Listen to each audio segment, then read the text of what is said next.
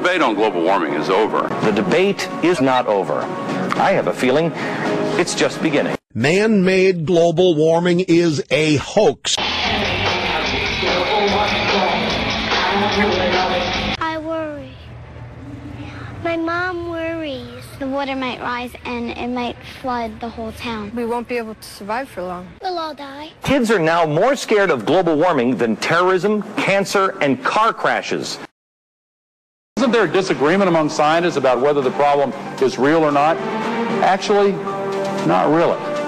They completely ignore the fact that there's this thing called the Oregon Petition that was signed by 19,000 professionals and scientists who don't agree with the idea that we are causing climate change.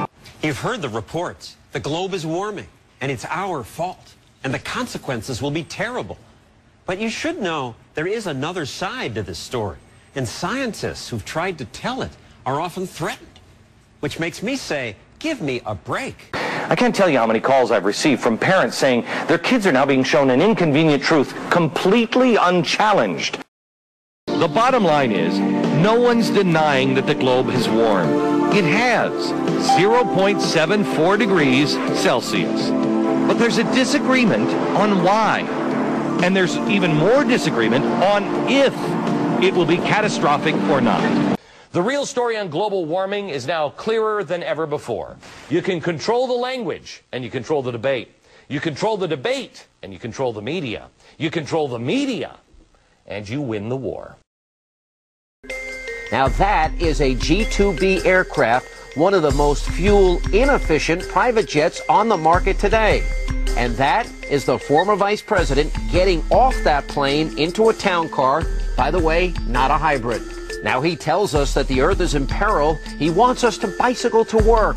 But there he is, flying in style, putting more carbon emissions in the atmosphere than most people will emit in an entire month or even a year. Now how's that for a carbon footprint? The book also suggests building your new home out of straw. No, I'm not kidding. Remember, this book was published in conjunction with Al Gore's concert series. This is what he wants you to do to save the planet. Live in a straw house and bike to work. Private plane is bad enough, but this model or private jet is even worse than that. He flew from Nashville, Tennessee to Camarillo Airport in California, emitting more than 45,000 pounds of carbon dioxide. And then he flew from Camarillo to San Francisco, emitting another 10,000 pounds of carbon dioxide for a total of 55,000 pounds of the gas that the vice president said is putting the Earth in peril. Wait, maybe Al Gore should be reading his own handbook. Being skeptical about the effects of human-caused greenhouse gases on global climate variations can threaten one's long-term job security. He's choosing his words very carefully. These days, it seems you have to. Why? No serious scientist, no peer-reviewed scientist is saying that, okay? Those who deny global warming are just flat out wrong. Ellen Goodman from the Boston Globe wrote, let's just say that global warming deniers are now on par with Holocaust deniers. The IPCC. That so-called group of scientists, they say, is not what people think it is. The IPCC is the Intergovernmental Panel on Climate Change. It is governments who nominate people. You'll find in many chapters that there are people who are not scientists at all. They were essentially activists. Severe storms, devastating hurricanes, and massive walls of sea pummeling major cities. These are the kind of extremes that movies like The Day After Tomorrow propagate about global warming. Even Jake Gyllenhaal isn't safe. This, you know, is fake, but you can get similar stories from less convincing actors and no cool special effects. But you still get all the trauma. Brings us to this week's grim report about global warming and a looming climate catastrophe. Extreme weather, from drought to heavy rain and cyclones. Seas are rising.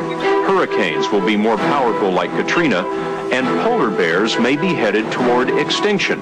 We don't see that happening. Tornadoes are not increasing. The frequency of hurricanes is not increasing.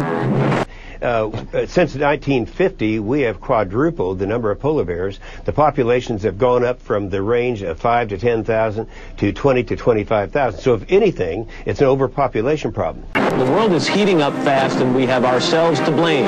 I'm going to tell you something about the media and global warming that you don't hear real often. It's not all your fault, okay? The problem with the media is that it's essentially become a business, and everything's got to be more sensationalized. This just isn't hype and scaremongering that global warming is real. The fear element drives the media, and the media drives the hype. Fear is part of the equation. When I started out in 1970s, global cooling was the consensus. He's not exaggerating. Take a look at this article from the LA Times in 1978. No end in sight to 30-year cooling trend in Northern Hemisphere. Or Time Magazine's big spread from 1974 asking, another ice age? Newsweek said global cooling evidence had begun to accumulate so massively that meteorologists are hard-pressed to keep up with it. Just switch out warming for cooling, and they've written this report. It's true. The hype has been steady. The only thing that has changed is the temperature of the catastrophe. Take a look at this headline in the New York Times in 1959 claiming a warmer Earth evident at the poles.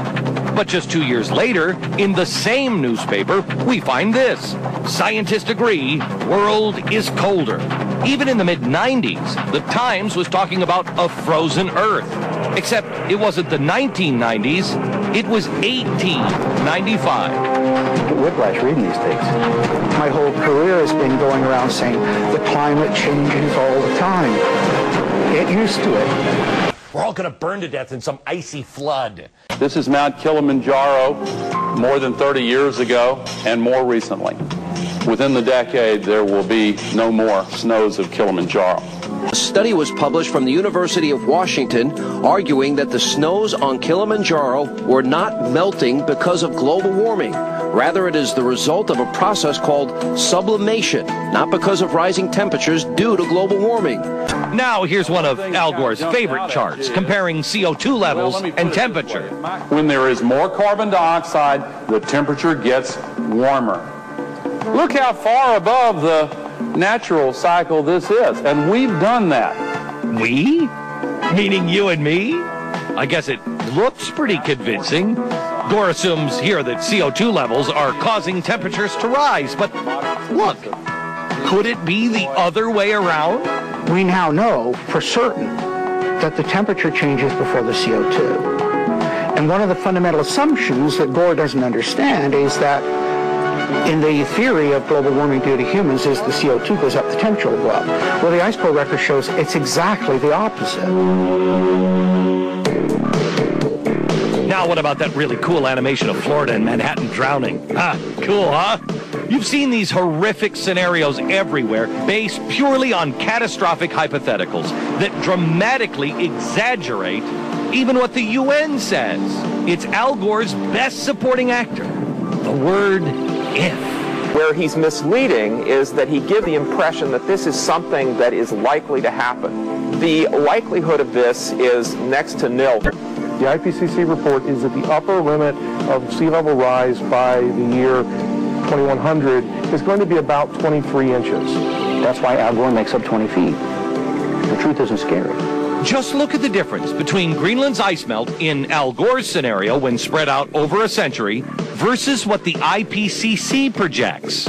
To come up with 20 feet is really grasping at straws. If you're looking at Al Gore, you know, what his movie said is the sea levels are going to rise 20 feet. That's been totally debunked. There's no truth to that. He said that it's going to start precipitating a warm winter. The winter was the coldest we've had in my state of Oklahoma. I don't know where it was, how it was the rest of the place. Also, they said it'd precipitate hurricanes. We had the mildest hurricane season that we've had in the last 20 years. That's so only nothing that was in his movie has turned out to be well, but there are a lot of little kids going to bed at night half scared to death that the sea levels are going to wipe them out. Senator, here's the other thing. I think Al Gore was wrong because I heard the truth today. We had it on the radio program today. Ted Turner has come out and said that in 30 to 40 years, first he said it would be 10 years and then he corrected himself, and I'm like, whew, in 30 to 40 years, that we will all be living in broken environments like Somalia. There will be 8 degrees warmer, and in 30 to 40 years, those humans that are left will be cannibals.